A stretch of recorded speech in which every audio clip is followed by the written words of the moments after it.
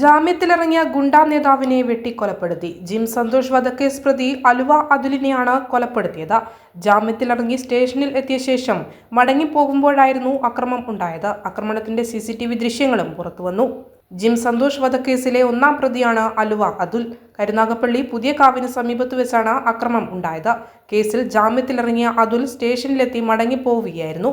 പ്രതിയെ പിന്തുടർന്ന് കാർ ഒരു വശത്തേക്ക് ഇടിച്ചിട്ടായിരുന്നു ആയുധങ്ങളേന്തിയ സംഘം അക്രമം നടത്തിയത്. അക്രമികൾ നിരവധി തവണ അതുലിനെ വെട്ടി. അതീവ ഗുരുതരാവസ്ഥയിൽ അതുലിനെ ആശുപത്രിയിൽ എത്തിച്ചെങ്കിലും ജീവൻ രക്ഷിക്കാനായില്ല. എന്നാൽ ആരാണ് അക്രമത്തിന് പിന്നിലെന്നും വ്യക്തമല്ല. സംഭവത്തിൽ പോലീസ് കേസെടുത്ത് അന്വേഷണം ആരംഭിച്ചു.